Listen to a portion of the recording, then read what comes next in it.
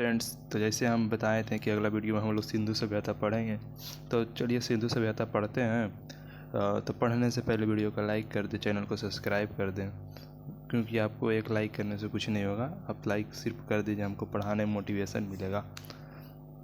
तो बिना time waste किए हुए सिंधु सभ्यता को स्टार्ट करते हैं, ठीक है। तो सिंधु सभ्यता जानते हैं मद्य निषेध के लिए कितना और ऑल एग्ज़ाम के लिए कितना महत्वपूर्ण है, इसलिए आज सिंधु सभ्यता पढ़ते हैं। तो रेडियो C14 मतलब कार्बन 14 इसको बोलते हैं। तो रेडियो कार्बन C14 जैसी नवीन विश्लेषण पद्धति के द्वारा सिंधु सभ्यता की वर्तमान तिथि 2400 ईसा पूर्व से 2500 ईसा पूर्व मानी गई है।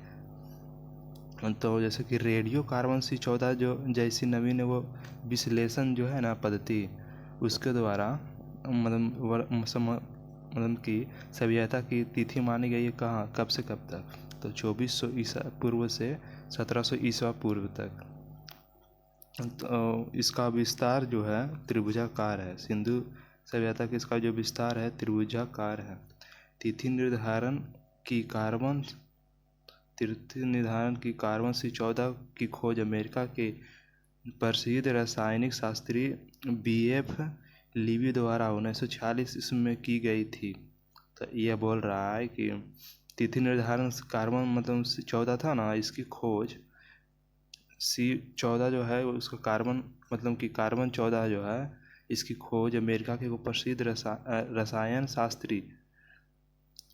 रसायन शास्त्री BF लीवी द्वारा 1946 में BF लीवी द्वारा 1946 ईस्वी में की गई। तो कब की गई थी कार्बन 14 का? तो 1946 में कौन किए थे? तो BF लीवी द्वारा किए गए थे। यह अमेरिका के प्रसिद्ध रसायन शास्त्री थे। प्रसिद्ध रसायन शास्त्री थे क्या? अमेरिका के थे BF लीवी। इस पद्धति में जिस पदार्थ में कार्बन 14 की मात्रा जितनी कम रहती है वह उतनी ही प्राचीन मानी जाती है। तो कार्बन जितना कम रहेगा उतना प्राचीन रहेगा, ठीक है, पुराना रहेगा। सिंधु सभ्यता की खोज 1921 में राय बहादुर दयाराम साहनी ने की थी। तो सिंधु सभ्यता की खोज राय बहादुर दयाराम साहनी ने किए थे। समझ गया? अगर पूछ देगा एग्जाम में कि सिंधु सभ्यता की खोज कब हुआ था, तो 1921 में। और कौन किए थे? तो राय बहादुर दयाराम साहनी ने किए थे। सिंधु सभ्यता को आदि ऐतिहासिक अथवा कांस्य युग में रखा जा सकता है। इस सभ्यता का मुख्य निवासी द्रविड़ एवं भूमध्य सागरीय थे। तो इसका मतलब हुआ कि सिंधु सभ्यता के जो लोग थे ना, आदि ऐतिहासिक अथवा कांस्य युग में रखा जाता है। जो सिंधु सभ्यता को आदि ऐतिहासिक और कांस्य युग में रखा जाता है। और इस सभ्यता का मुख्य निवासी जो थे द्रविड़ और भूमध्य सागरीय थे। मतलब कि सागर के किनारे बस जाते थे सिंधु सभ्यता। द्रविड़ एवं भूमध्य सागरीय थे। सर जॉन मार्शल ने 1924 में सिंधु सभ्यता नाम एक उन्नत नगरीय सभ्यता पाए जाने की विविधता घोषणा की। तो मतलब कि भारतीय पुरातत्व सर्वेक्षण विभाग में तत्कालीन महानिदेशक। तो मतलब कि इसका मतलब समझो, ठीक है। सर जॉन मार्शल जो है ना 1924 ईस्वी में सिंधु सभ्यता नामक जो सिंधु सभ्यता नाम था ना नामक एक नगरीय सभ्यता थी। तो क्या थी? एक नगरीय सभ्यता थी। सिंधु घाटी सभ्यता नामक जो है ना वो एक नगरीय सभ्यता थी। पाए जाने वाले उसका विविध की घोषणा की, उससे पाए जाने विविधवत की घोषणा की, ठीक है। और कब की? तो 1924 में। और कौन मतलब बताया है कि सिंधु सभ्यता नाम एक नगरीय सभ्यता है? तो सर जॉन मार्शल ने बताए थे, ठीक है। सर जॉन मार्शल ने बताए। और फिर सिंधु सभ्यता के सर्वाधिक पश्चिमी पुरास्थ दासक नदी के किनारे स्थित है।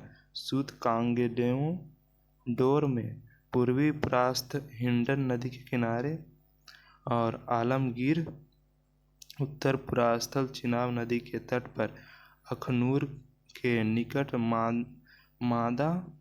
मादा और दक्षिणी पुरात गोदावरी नदी के तट पर दायमाबाद। अब समझो इसका मतलब। सिंधु सभ्यता सर्वाधिक जो पश्चिमी पुरास्थल दशक नदी के किनारे था, समझ गया। पूरा मतलब पश्चिमी जो था, पश्चिमी पुरास्थल जो दासक नदी के किनारे था, ठीक है ना। और ये कौन सा मतलब स्थित किनारे, किसके किनारे था? दासक नदी के किनारे, कांगेडोर के किनारे था सिंधु सभ्यता। दासक नदी के किनारे कांगेडोर के किनारे था। जो कांगेडोर जो पड़ता है बलूचिस्तान पर पड़ता है, कांगेडोर। पूर्वी स्थान जो था ना, हिंडर नदी के किनारे, पूर्वी पुरास्थल जो था ना, हिंडल नदी के किनारे आलमगीरपुर में, ठीक है। सिंधु सभ्यता का पूर्वी भाग जो था हिंडल नदी के किनारे आलमगीर, जो जिला मेरठ में पड़ता है, उत्तर प्रदेश में पड़ता है। मतलब उत्तर प्रदेश के मेरठ जिला में आलमगीरपुर पड़ता है। तो उसका पूरा स्थल जो था हिंडल नदी के किनारे आलमगीरपुर। उत्तरी अगर पूछ दो, उत्तरी पूरा स्थल जो था ना, उत्तरी जो ऊपर के चेनाब नदी के तट पर अखनूर के निकट मादा मतलब जम्मू कश्मीर में। पूरा मतलब उत्तरी स्थल था जम्मू कश्मीर में था सिंधु सभ्यता का। और चिनाब नदी के तट पर अखनूर के निकट में एक मादा पड़ता था, मादा। समझ गया। और दक्षिण पुरास्थल जो था ना, गोदावरी नदी के तट पर दायमाबाद है, वो है। दक्षिणी अगर पुरास्थल पूछ दे तो गोदावरी नदी के तट पर, अगर मान चलो कि सभ्यता हम पढ़ रहे हैं, ठीक है, सिंधु सभ्यता, तो सभ्यता था ना, उसका दक्षिणतम पुरास्थल पूछ रहा। तो दक्षिणतम गोदावरी नदी के तट पर दायमाबाद मतलब ये दायमाबाद कहाँ पड़ता है? महाराष्ट्र के अहमदनगर में। मतलब कि अहमदनगर में, महाराष्ट्र के अहमदनगर में दायमाबाद में दक्षिणतम पुरास्थल गोदावरी नदी के तट पर दायमाबाद पड़ता है, ठीक है। तो उसका स्थल है। सिंधु सभ्यता या सैयद सभ्यता नगरीय सभ्यता थी। मतलब कि सिंधु सभ्यता चाहे बोल दे या सैधव सभ्यता जो था ना, नगरीय सभ्यता थी। सैयद सभ्यता से प्राप्त परिपक्व अवस्था वाले स्थानों में केवल 6 को ही बड़े नगर की संज्ञा दी गई। मतलब कि जो सैंधव सभ्यता कहो या सिंधु सभ्यता, बात एक है। प्राप्त में परिपक्व अवस्था वाले स्थानों में केवल 6 को ही बड़े नगर की, मतलब केवल 6 सिंधु सभ्यता में केवल 6 बड़े नगर थे की संज्ञा दी गई। मतलब 6 बड़े संज्ञा था। कौन कौन था सिंधु सभ्यता में 6 बड़े नगर? तो पहला था मोहनजोदड़ो, दूसरा हड़प्पा, गनवारीवाला, तीसरा गनवारीवाला, फिर चौथा राखीगढ़ी, पांचवा धौलावीरा, पांचवा कालीबंगन। धौलावीरा भारत में सिंधु घाटी सभ्यता की पहली साइट है। तो पूछ देगा सिंधु घाटी सभ्यता की पहली साइट। तो पहली साइट है कौन है? तो धौलावीरा है भारत का, जिसे यूनेस्को ने 2021 को विश्व विरासत स्थल सूची में शामिल किया। तो विश्व विरासत स्थल में कब शामिल किया? विश्व विरासत स्थल सूची में कब शामिल किया गया? तो धौलावीरा को 2021 में शामिल किया गया यूनेस्को विश्व धरोहर स्थल में, ठीक है। स्वतंत्रता प्राप्त पश्चात स्वतंत्रता प्राप्ति पश्चात हड़प्पा संस्कृति के सर्वाधिक स्थल गुजरात में खोजे गए हैं। स्वतंत्रता मतलब भारत जब स्वतंत्र हो गया, ठीक है, मतलब स्वतंत्रता प्राप्त पश्चात हड़प्पा संस्कृति में सर्वाधिक मतलब जो स्थल खोजा गया है ना, वो गुजरात में खोजा गया। पूछ दे कि हड़प्पा सभ्यता में,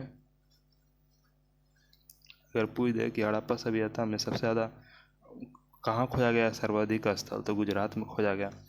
सिंधु घाटी सभ्यता का सबसे बड़ा स्थल मोहनजोदड़ो है, जबकि भारत की सबसे बड़ा स्थल राखीगढ़ी है और हरियाणा का हिसार जिला में स्थित है। इसकी खोज 1963 में सूरज भान ने की थी। तो आप समझो इसको क्या कहना चाह रहा। जैसे कि सिंधु घाटी सभ्यता का सबसे बड़ा स्थल तो पूछ देगा सिंधु घाटी सभ्यता का सबसे बड़ा स्थल, तो स्थल कुछ होगा तो मोहनजोदड़ो होगा। जबकि भारत में इसका सबसे बड़ा स्थल, अगर सिंधु सभ्यता में पूछ दे तो मोहनजोदड़ो, लेकिन भारत में जब पूछ दे कि भारत का सबसे बड़ा स्थल है तो राखीगढ़ी। राखीगढ़ी कौन सा नदी किनारे पड़ता है? तो घग्गर नदी। घग्गर में घाघरा पहन के राखी बांधने के लिए जाते हैं लड़की लोग, तो राखीगढ़ी होगा बड़ा स्थल। जो हरियाणा का सिहार जिला में स्थित है, तो राखीगढ़ी जो है हरियाणा में पड़ता है और सिहार जिला में स्थित है। इसकी खोज जो था ना राखीगढ़ी का, इसका खोज 1963 में राखीगढ़ी का सूरज भान ने की थी। लड़की है ना, सूरज भान ने की थी 1963 में। राखीगढ़ी का खोज हुआ था, सूरज भान ने किया था। राखीगढ़ी कहाँ का सभ्यता था? तो हरियाणा का हिसार जिला में स्थित है राखीगढ़ी। अब यहाँ लोथल एवं सुदकोदता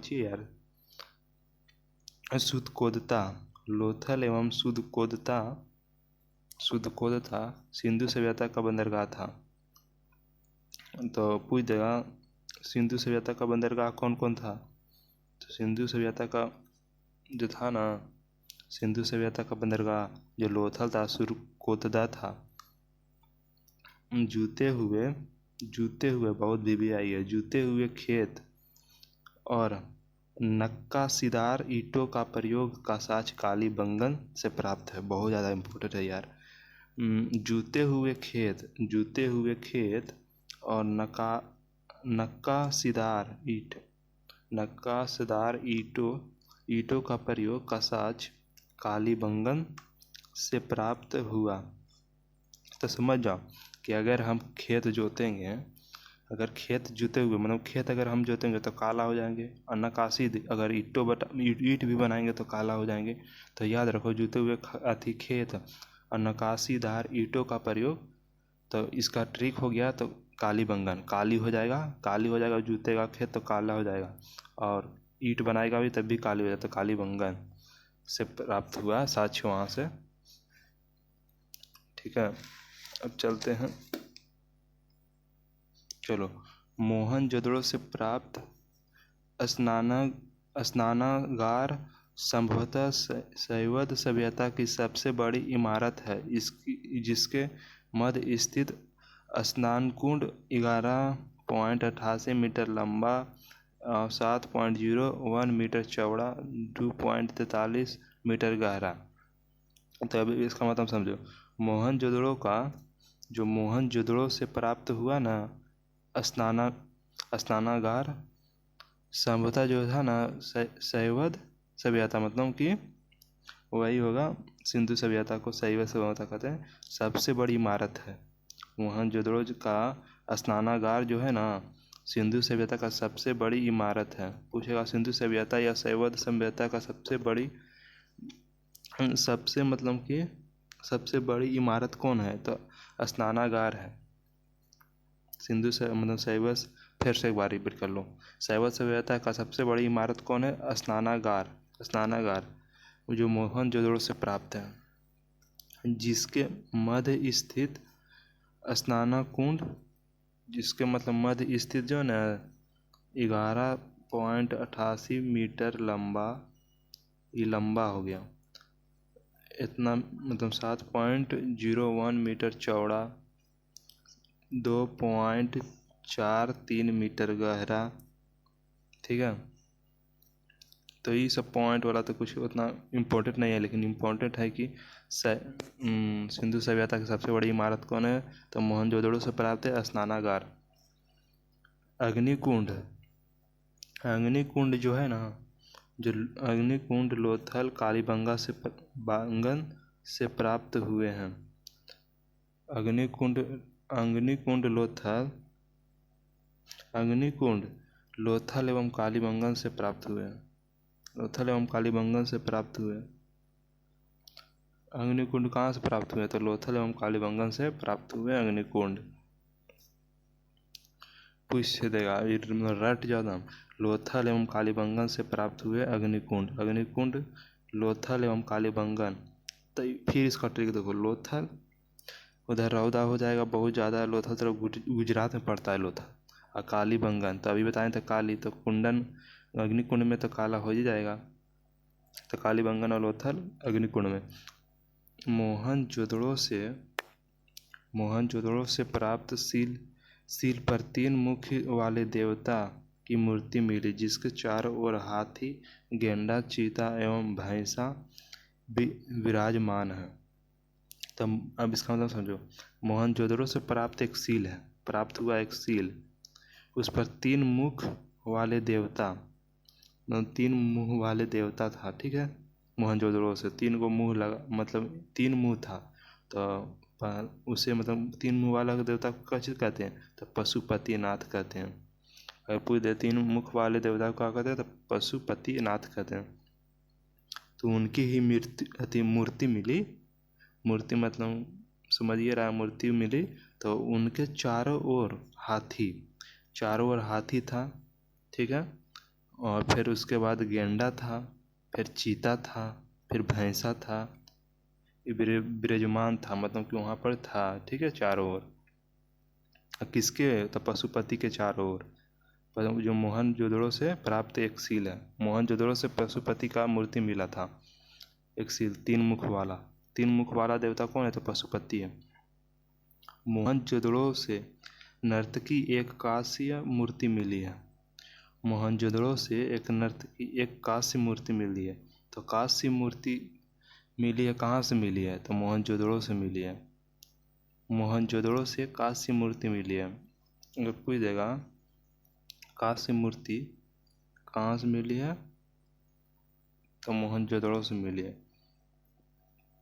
हड़प्पा की मोहरों पर सबसे अधिक एक श्रृंगी पशु का अंकल मिलता है। यह आयताकार मुहर में स्त्री के गर्भ से निकलता पौधा दिखाया गया है। तो हड़प्पा की जो मोहरों पर सबसे अधिक जो था ना, सबसे अधिक एक श्रृंगी पशु, तो हड़प्पा की मोहरों में सबसे अधिक एक श्रृंगी पशु अंकलन मिलता है, ठीक है। अब पूछ देगा हड़प्पा में मोहरों के सबसे अधिक श्रृंकर पशु को क्या मिला था अंकलन, तो पशु मिला था, श्रृंगलिंग पशु मिला था। यहाँ से प्राप्त एक मेहरों पर सबसे अधिक, तो यहाँ से प्राप्त आयताकार मुहर में स्त्री के गर्भ से निकलता हुआ पौधा दिखाया गया। जैसे कि हम लोग अभी पढ़ ही रहे हैं कि हड़प्पा की मोहरों पर सबसे अधिक एक श्रृंग पशु का अंकल मिलता है, ठीक है, अंकल मिलता है। तो यहाँ से प्राप्त हुआ कि आयताकार मुहरे से स्त्री के गर्भ से निकलता, तो आयताकार मुहर से क्या निकलता है, तो स्त्री गर्भ से एक पौधा निकलता दिखाई पड़ता है, ठीक है।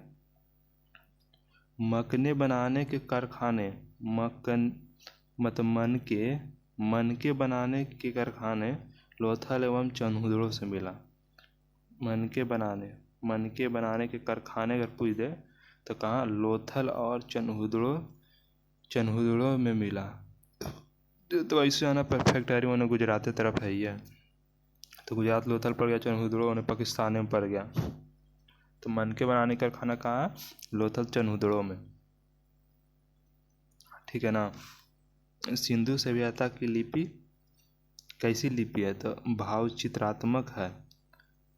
सिंधु सभ्यता की जो लिपि है ना, भाव भाव चित्रात्मक है। यह लिपि दाईं से बाईं ओर लिखी गई है, लिखी जाती है। अगर पूछ दिया कि सिंधु सभ्यता की लिपि कैसी है, तो भाव चित्रात्मक लिपि है। समझ गया? सिंधु सभ्यता कैसी लिपि है? भाव चित्रात्मक है। और कैसी मतलब लिपि को किस तरह लिखा जाता है? तो दाएं से बाएं, दाएं से बाएं। देखिए जैसे कि ई लिखा हुआ है, कैसे लिखा हुआ बताओ तो तुम? बाएं से दाएं की ओर लिखा हुआ है। बाएं से दाएं पढ़ते हैं तो इसी दाएं से बाएं उल्टा ऐसे लिखा जाता था सिंधु सभ्यता में, उसका लिपि में। ठीक है। जब अभिलेख एक से अधिक पंक्तियों का होता तो पहली पंक्ति दाईं से बाईं, दूसरी पंक्ति बाईं से दाईं ओर लिखी जाती है। अब समझो, अगर एक लाइन है, ठीक है, एक पंक्ति है, जैसे एक लाइन वाला हम लोग बोलते एक पंक्ति है, तब तो दाईं से बाईं लिख दिए। अगर दूसरा पंक्ति जैसे शुरू हुआ, तब जैसे कि यहाँ से लिख रहे हैं ऐसे, तो यहाँ लास्ट हो गया। तो अब क्या करेंगे ना, हम लोग यहाँ शुरू करते हैं, लेकिन यहाँ से नहीं करना। दूसरी पंक्ति में है ना का कि फिर उसके बाद मतलब कि जैसे बोल रहा है कि यह लिपि दाईं से बाईं लिखी जाए, जबकि अभिलेख में एक पंक्ति से अधिक दाईं से, और दूसरी पंक्ति में बाईं से दाईं, दूसरी बाईं से दाईं। तो बाईं से ये खत्म हो गया था, फिर इधर से इधर ऐसे लिखते जाएंगे उल्टे। समझ गया? बाईं से दूसरी पंक्ति में बाईं से दाईं और लिखी जाती है। तो देखो यार, फिर से यहाँ तुम पढ़ लो। सिंधु सभ्यता की लिपि भाव चित्रात्मक है। लिपि में कैसे लिखी जाता है? दाईं से बाईं और लिखी जाती है। तो पहली लिपि दाईं से बाईं, अगर दूसरी लिपि है तो बाईं से दाईं। ठीक है ना? लेखन कला की उचित प्रमाणिक विकसित करने वाली पहली सभ्यता सुमेरिया की सभ्यता थी। मतलब लेखन कला, लिखने का कला जो उचित प्रमाणिक विकसित करने की पहली सभ्यता थी ना, लिखने का, लेखन कला का, तो वो सुमेरिया की सभ्यता थी। पूछेगा सुमेरिया की सभ्यता से किस का प्रमाण मिला? तो लेखन कला की प्रमाण मिला सुमेरिया से। ठीक है। अब सिंधु सभ्यता के लोगों ने नगरों तथा घरों के विन्यास के लिए ग्रिड पद्धति अपनाई। तो अब इसका मतलब हुआ सिंधु सभ्यता के लोगों ने नगरों तथा घरों के विन्यास मतलब बनाने के लिए ग्रिड पद्धति का अपनाई गई। तो सिंधु सभ्यता के लोग था ना, जो नगरों तथा घरों के विन्यास के लिए, नगरों एवं विन्यास बनाने के लिए ग्रिड पद्धति का अपनाई। घर के दरवाजों और खिड़कियों सड़क की ओर ना खुलने, पिछवाड़े की ओर खुलते थे। जैसे कि रोड है, ये रोड है, यहाँ घर है, लेकिन इधर रहना चाहिए ना, तो लेकिन ये किधर, ये पीछे की तरफ रहता था। बिना रोड जिधर ना है ना, इधर दरवाज़ा रहता था। तो सिंधु सभ्यता में पीछे की ओर रहता था, मतलब कि रोड की तरफ नहीं रहता था, दरवाज़ा उल्टी रखता था। समझ गया? तो घरों के दरवाजे में खिड़कियाँ सड़क की ओर खुलने के बजाय खुलने की ओर ना खुलने, पिछवाड़े की ओर खुलते थे। केवल लोथल नगर में घरों के दरवाजे मुख्य सड़क की ओर खुलते थे। मतलब गुजरात में जो लोथल नगर पड़ता है, उसका दरवाज़ा तो था ना, वो सिर्फ सामने खुलता था, रोड की तरफ खुलता था। याद रखना कि लोथल में घर का दरवाज़ा सड़क की ओर कौन सा खुला रहता था? तो लोथल नगर में खुला रहता था, सड़क की ओर खुले रहते थे। सिंधु सभ्यता में मुख्य फसल क्या है? तो गेहूँ और जौ है। सबसे प्राचीनतम पढ़े थे ना कि फसल मिला था गेहूँ और जौ। और कृषि का साक्ष्य कहाँ से मिला? कमेंट करके बताओ तुम लोग, अगर याद है तो कमेंट करके बताओ। सिंधु सभ्यता का मुख्य फसल है गेहूँ जौ। सैंधववासी मिठास के लिए शहद का प्रयोग करते थे। मतलब सिंधु सभ्यता के लोग था ना, मिठास के लिए, मीठा के लिए, मिठाई के लिए, हम लोग जैसे खाते हैं छेना रसगुल्ला ये सब खा लेते हैं, तो उस समय शहद का उपयोग करते थे। मिट्टी से बने हल का साक्ष्य बनमाली से मिला है। मिट्टी से बना जो हल है ना, जो जोतते हैं खेत उत, मिट्टी से बना हुआ है, उसका साच मिला है बनमाली से मिला है, बनमाली। तो माली लोग हल रखते थे, कौन चीज़ का रखते थे? तो मिट्टी का। ट्रिक खाली याद करो, ट्रिक बता रहे हैं कि मिट्टी से बने हल का साच कहाँ से मिला? जैसे कि मिट्टी से बने हल का साच बनमाली से मिला। रंगपुर लोथल चावल के दाने मिले हैं, जिसमें धान की खेती होने का प्रमाण मिलता है, जिनसे धान की खेती होने का प्रमाण मिलता है। चावल प्रथम साक्ष्य लोथल से ही प्राप्त हुए हैं। तब इसका मतलब समझो, जो चावल का दाने मिले हैं, जैसे चावल के दाने कहाँ से मिले हैं? तो रंगपुर और लोथल से मिले हैं। रंगपुर और लोथल से क्या मिले हैं? तो चावल के दाने मिले हैं, मतलब चावल का साक्ष्य मिल गया, समझ गया? जिनसे यह भी पता चलता है कि अगर मतलब कि धान की खेती होने का प्रमाण मिलता है। तो मतलब कि जब चावल के दाना मिल रहा है तो खेती तो धान का होगा तभी ना चावल मिला। तो कहाँ से मिला? रंगपुर और लोथल से चावल के दाने मिले हैं। चावल एवं चावल का मतलब प्रथम साक्ष्य जो है लोथल से ही प्राप्त है। तो जब वहाँ दानवा मिले तो कहाँ से साक्ष्य प्राप्त होगा? मतलब लोथल से ही मिलेगा ना चावल का प्रथम साक्ष्य। अब यहाँ पर इसे सूरकोदता कालीबंगन लोथल शैवतकालीन घोड़े के अस्थिपंजर मिले थे। तो मतलब कि घोड़े का अस्थिपंजर कहाँ से मिला था? मतलब हड्डी उड्डी मिला था घोड़े का। तो घोड़े का सिंधु सभ्यता में मिला था सूरकोदता में, कालीबंगन में, लोथल में। कालीबंगन मतलब राजस्थान में पड़ता है और लोथल गुजरात में पड़ता है। सूरकोदता आप कमेंट करके बताएं। तो इसका घोड़े वहाँ भी मिला, घोड़े का हड्डी मिल गया। अस्थिपंजन तौल की इकाई अब काची है। तौल की इकाई संभवतः 16 के अनुपात में थी।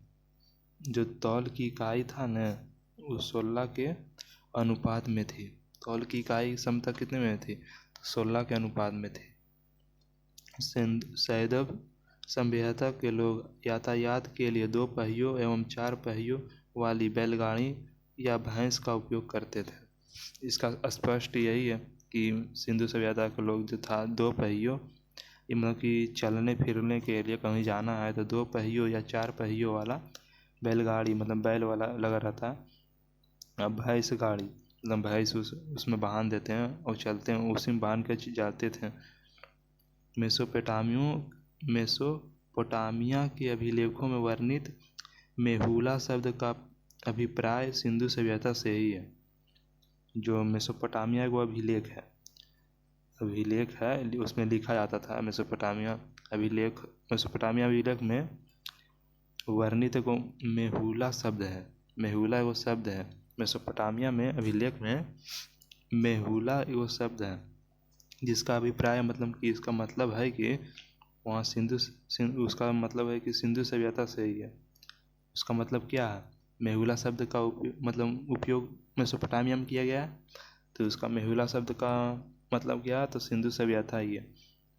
संभवतः हड़प्पा संस्कृति का शासन वर्णिक वर्ग के हाथों में था। हड़प्पा संस्कृति का शासन वणिक वर्ग के हाथों में था। तो वणिक वर्ग के हाथों में था संस्कृति शासन का हड़प्पा संस्कृति का शासन वकील वर्ग के हाथों में था।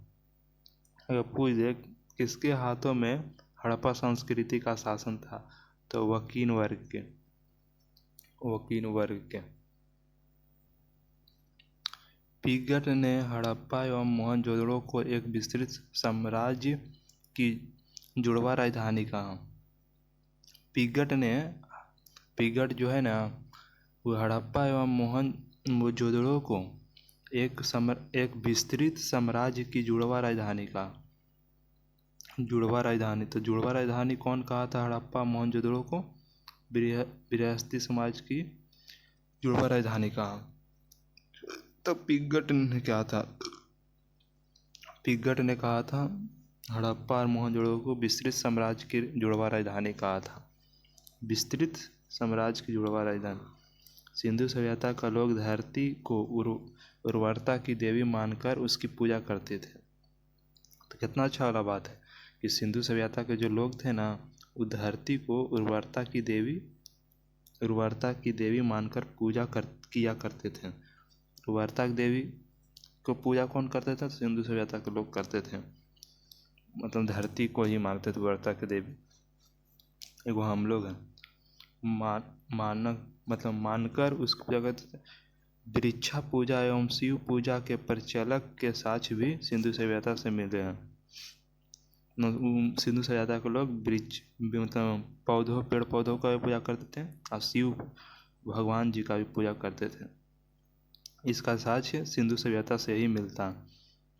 वास्तविक चीन का चीज है, वास्तविक सिंधु सभ्यता हड़प्पा सभ्यता की देन है। जो वास्तविक चिन्ह जो है मतलब दर्शाया जाता है, प्रतीक किया जाता है कोई चिन्ह को, तो वो हड़प्पा सभ्यता से ही लिया गया कि आज चिन्ह से कोई चीज़ दर्शा देते हैं, सब हड़प्पा सभ्यता का देना। इसी चिन्ह से सूर्योपासना का अनुमान लगाया जाता है। सूर्योपासना का अनुमान लगाया जाता है। सिंधु सभ्यता के नगरों में किसी भी मंदिर के अवशेषों नहीं मिले। तो वहाँ से लगता है मंदिर जो था ना, मतलब पूजा तो करते लेकिन मंदिर नहीं था। तो सिंधु सभ्यता में नगरों का मंदिर का भी अवशेष मतलब मंदिर नहीं मिले हैं, समझ गया। और हम लोग का टाइम देखना है सूर्योदय, तो वहाँ पर उसी चिन्ह का प्रयोग, वास्तविक चिन्ह का प्रयोग करते थे सूर्य उपासना के अनुमान लगाने के लिए कितना बजा। सिंधु सभ्यता में मातृ देवी की उपासना सर्वाधिक प्रचलित थी। तो मतलब कि वहाँ था ना, मातृ देवी की उपासना किया करते थे, मतलब पूजा कर सर्वाधिक प्रचलित थी। सर्वाधिक पूजा कर मातृ देवी को था सिंधु सभ्यता में, उसकी सर्वाधिक प्रचलित था, मतलब पूजा किया उपासना है। पशुओं में कुब्बड़ वाला सांड इस सभ्यता को लोगों ने के लिए विशेष पूजनीय था। एगो हम लोग मतलब कि सांड को पूजा नहीं करते, लेकिन सिंधु सभ्यता में कुब्बड़ वाला सांड को विशेष पूजनीय कहते थे, मतलब पूजा करते थे। ठीक है। अब उसके बाद स्त्री मृण मूर्तियों मतलब मिट्टी की मूर्तियों, मूर्तियों मतलब मिट्टी की मूर्तियों। स्त्रियों अधिक मिलने से ऐसा अनुमान लगाया जाता है कि सैयद समाज मतलब मातृसत्तात्मक था। तो स्त्रीय मूर्ति मतलब मिट्टी की मूर्तियाँ मिलने वाला ऐसा अनुमान, स्त्रियों की मूर्तियों मतलब कि अरे यार मतलब कि समझ नहीं रहा है तुम लोग, मतलब कि स्त्रियों मूर्तियाँ मतलब मिट्टी का स्त्री सब बना रहता था। अधिक मिलने ऐसा अनुमान लगाया जाता है कि समाज मैत्री सत्तात्मक था। मैत्री सत्तात्मक मतलब स्त्रियों का ज़्यादा वहाँ पर ही सिंधु सभ्यता में मिलता था, दर्जा मिलता था। इसका मतलब ये होगा मैत्री सत्तात्मक। शैववासी सूती एवं ऊन वस्त्रों का उपयोग करते थे। जो सिंधु सभ्यता के लोग थे न, सूती और ऊन वस्त्रों का उपयोग करते थे। मनोरंजन के लिए मतलब कि शैववासी मछली पकड़ना, शिकार करना, पशु पक्षियों को आपस में लड़ाना, चौपड़ पासा खेलना साधनों का प्रयोग करते थे। जैसे कि मनोरंजन के लिए सिंधु सभ्यता का लोग मछली पकड़ता था, शिकार करता था, पक्षी या पशुओं को लड़ा देता था और चौपाड़ करता था, पासा खेलता था। सिंधु सभ्यता के लोग काले रंग की डिजाइनर किए हुए लाल मिट्टी के बर्तन बनाते थे। समझ गया। सिंधु सभ्यता के लोग जो थे ना, काले रंग के डिजाइन किए हुए लाल मिट्टी के बर्तन पर डिजाइन बनाते हैं। लाल मिट्टी लाए, उसका बर्तन बना रहे हैं, उस पर काले रंग का डिजाइन कर रहे हैं सिंधु सभ्यता के लोग। सिंधु घाटी के लोग तलवार से परिचित नहीं थे, मतलब कि जो तलवार था ना उसका परिचित नहीं थे, उन लोग तलवार का उपयोग नहीं करते थे सिंधु सभ्यता के लोग। कालीबंगन एकमात्र हड़प्पा स्थल था जिसको निचला शहर भी किले से घिरा हुआ था। जो कालीबंगा था ना एकमात्र हड़प्पा कालीन स्थल था जिसका निचला शहर था ना निचला शहर किले से घिरा हुआ था। कालीबंगन का निचला जो किला था ना उसको किले से घेर दिए थे मुसलमान लोगों के रहने। मुसलमान लोग मतलब सुरक्षित रहे इसलिए किले से घेर दिया गया था। तो कालीबंगन का अर्थ हुआ ना काली चूड़ियाँ। कालीबंगन का अर्थ हुआ काली चूड़ियाँ। यहाँ से पूर्व हड़प्पा स्थल के खेत जोते होने के एवं अग्नि पूजा की प्रथा का प्रमाण मिला। पीछे ही पढ़े थे कि पूर्व मतलब पहले हड़प्पा स्तरों पर खेत जुते हुए हो जाने मतलब खेत का प्रमाण एवं अग्नि पूजा का प्रथा का प्रमाण मिला। अग्नि पूजा और खेत जुते हुए का प्रमाण कालीबंगन से मिला। ठीक है। पर्दा प्रथा एवं स्वेयावृत्ति संध्या शैव सभ्यता से प्रचलित हुआ। पर्दा प्रथा जो है ना स्वेयावृत्ति जो है ना सिंधु सभ्यता से ही प्रचलित हुआ। शवों को जलाने एवं गाड़ने यानी दोनों प्रथाएं प्रचलित थी। शवों को जलाने एवं गाड़ने यानी दोनों प्रचलित होने की थी। हड़प्पा शवों में दफनाने जबकि मोहनजोदड़ो में जलाने की प्रथा विद्यमान थी। तो इसका मतलब समझो कि सिंधु सभ्यता के लोग था ना शैव मतलब जो मर उड़ जाता है उसे जलाने एवं गाड़ने की प्रथा थी, वो उस समय भी थी, जलाया और गाड़ा जाता था। हड़प्पा में शैवों को मतलब कि जो मरे हुए था उसको दफनाया जाता था। मोहनजोदड़ो में ये प्रथा था तो उसको दफना दिया जाता था। मोहनजोदड़ो में जलाने की प्रथा था यार, शैवों को दफनाने जबकि मोहनजोदड़ो में हड़प्पा में मतलब अब समझो कि हड़प्पा में शैवों को दफनाते थे और जबकि मोहनजोदड़ो में जलाने की प्रथा थी विद्यमान थी। तो लोथल कालीबंगा युग में समाधियों मिली हैं। लोथल और कालीबंगा जो है ना युग में मतलब जोड़ा समाधियों मिली है। युग मतलब कि दो, जैसे कि दो वो को एक ही में समाधि, मतलब दो वो को मम्मी जिसे ना बोलते थे हम लोग फिल्म में देखते हैं, मम्मी बोल देते हैं उसको, तो वही वाला है कि लोथल और कालीबंगा में दो वो को मरा हुआ व्यक्ति को एक ही साथ में अथी कर देता था, युग समाधियों। सैंधव सभ्यता के विनाश का संभवतः सबसे प्रभावित कारण बाढ़ था।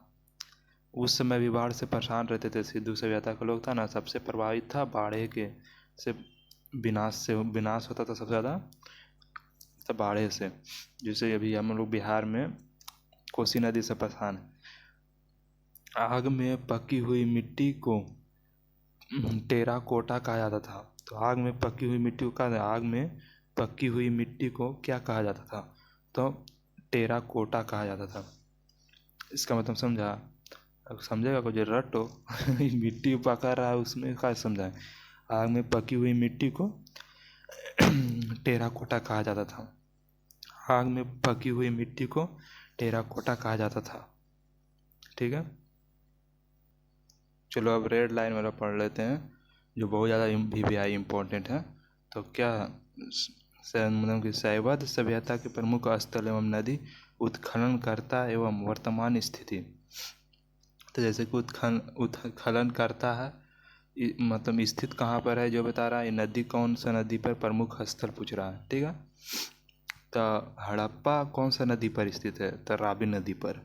हड़प्पा रावी नदी पर स्थित है।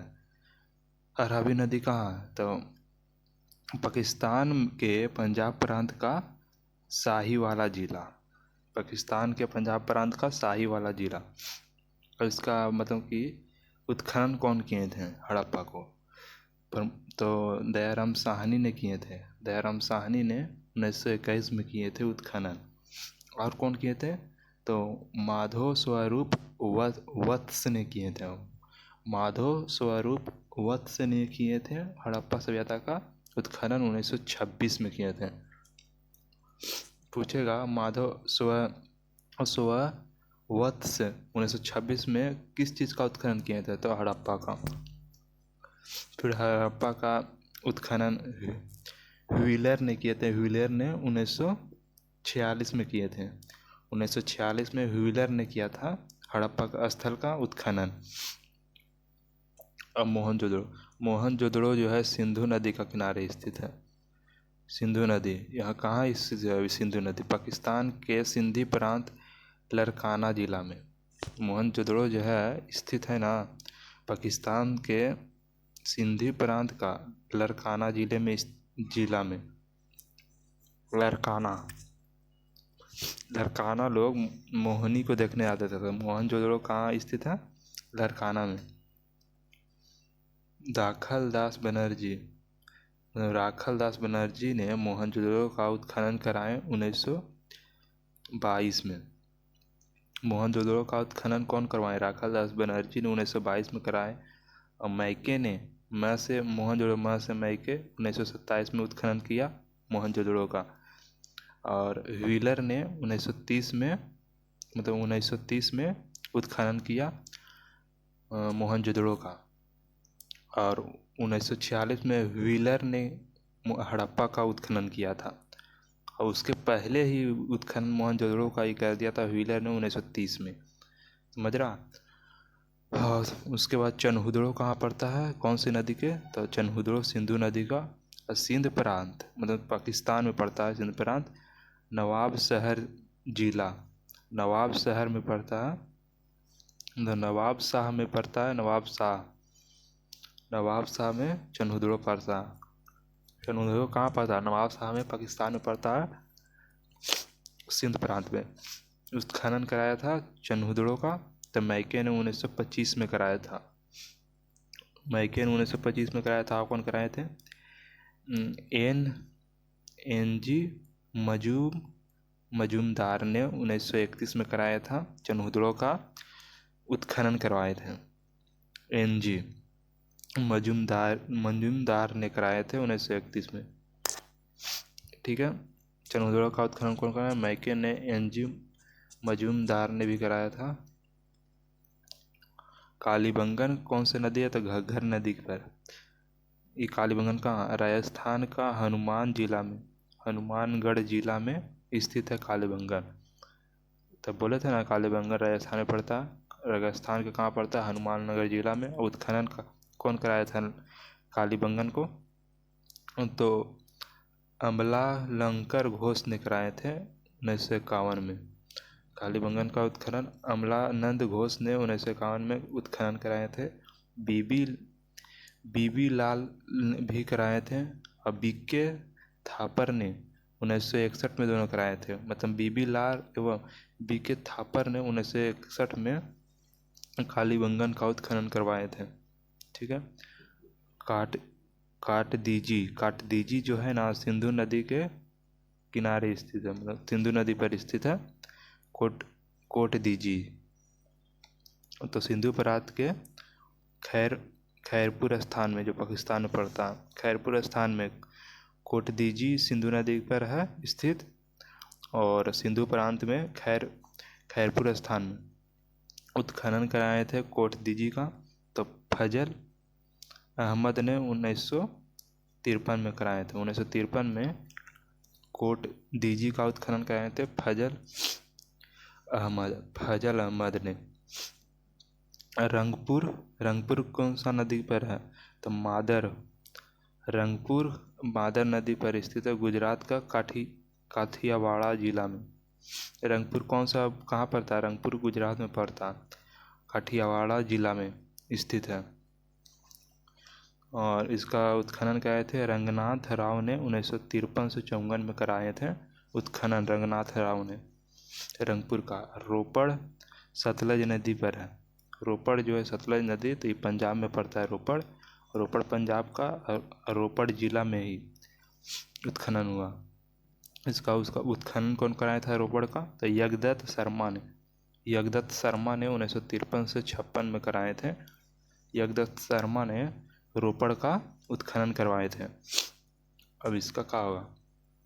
लोथल। लोथल जो है भगवा नदी पर स्थित है। भगवा नदी कहाँ पड़ता है?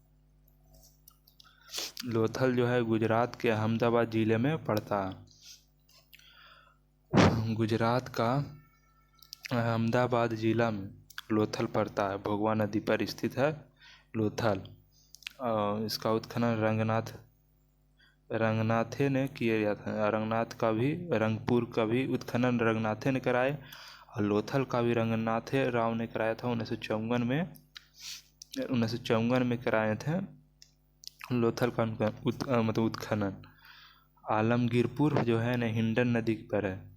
आलमगीरपुर हिंडन नदी पर है, और हिंडन नदी पर आलमगीरपुर है, जो उत्तर प्रदेश के मेरठ में जिला में पड़ता है। उत्तर प्रदेश के मेरठ जिला में पड़ता है क्या? आलमगीरपुर। आलमगीरपुर कहाँ, कौन सा नदी था? हिंडन नदी पर स्थित है। और उसका उत्खनन कौन कराया था आलमगीरपुर के? तो यज्ञदत्त शर्मा ने।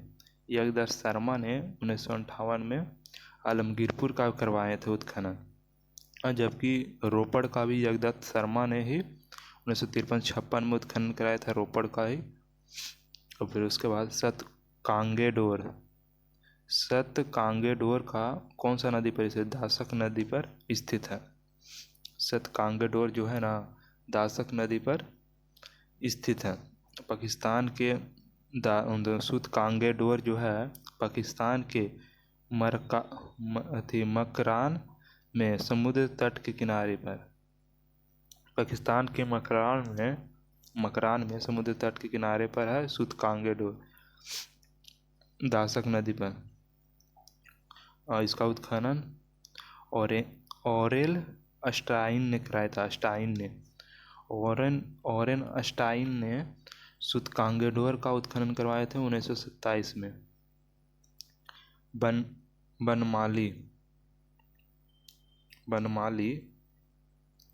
बनमाली जो है ना रंगोई नदी पर है। बनमाली रंगोई नदी पर, याद करो, बनमाली रंगोई नदी पर। हरियाणा का हिसार जिला में स्थित है बनमाली। बनमाली कहाँ स्थित है? तो बनमाली पूछ देगा तो हरियाणा में हिसार जिला में, हरियाणा के हिसार जिला में बनमाली। और कौन सा नदी? तो रंगोई। उत्खनन कौन का? रविंद्र सिंह विशिष्ट 1974 में कराए थे। रविंद्र सिंह विशिष्ट ने 1974 में बनमाली का उत्खनन कराए थे। रंगोई नदी पर बनमाली है। हरियाणा में है बनमाली है, हिसार जिला में है। धौलावीरा लूनी नदी पर है। धौलावीरा जो है ना लूनी नदी पर है। ये धौलावीरा कहाँ पड़ता है? तो गुजरात के कच्छ जिला में पड़ता है। खादिर द्वीप पर वो सब पूछ सकता है। खादिर द्वीप पर कौन है? तो धौलावीरा है। धौलावीरा गुजरात में पड़ता है, लूनी नदी पर है। लूनी नदी उत्खनन धौलावीरा कौन का है? जेपी जोशी ने जोश में धौलावीरा पर करवा दिया था। जेपी जोशी 1967 से 1968, और रविंद्र सिंह विशिष्ट ने 1990 में 91 में धौलावीरा का उत्खनन करवाए थे। और रविंद्र सिंह विशिष्ट किस चीज़ का उत्खनन कराए थे? 1974 में बनमाली का भी उत्खनन करवा दिए थे। ठीक है, आपको चाहिए सोतकाह जो है शादी कौर नदी पर है। शादी कौर नदी पर सोतकाह से अति हो गया सोतकाह, और से शादी कौर। और इसका कहाँ पड़ता है? ये बलूचिस्तान में पड़ता है। बलूचिस्तान पाकिस्तान में पड़ता। इसका उत्खनन जॉर्ज डेल्स ने कराया था। जॉर्ज डेल्स ने 1962 में कराया था। जॉर्ज डेल्स ने स्वतकाह का उत्खनन करवाया था। स्वतकाह जो पड़ता है सादिकौर नदी पर पड़ता है। स्वतकाह कहाँ स्थित है? तो बलूचिस्तान में स्थित है। तो अब कहाँ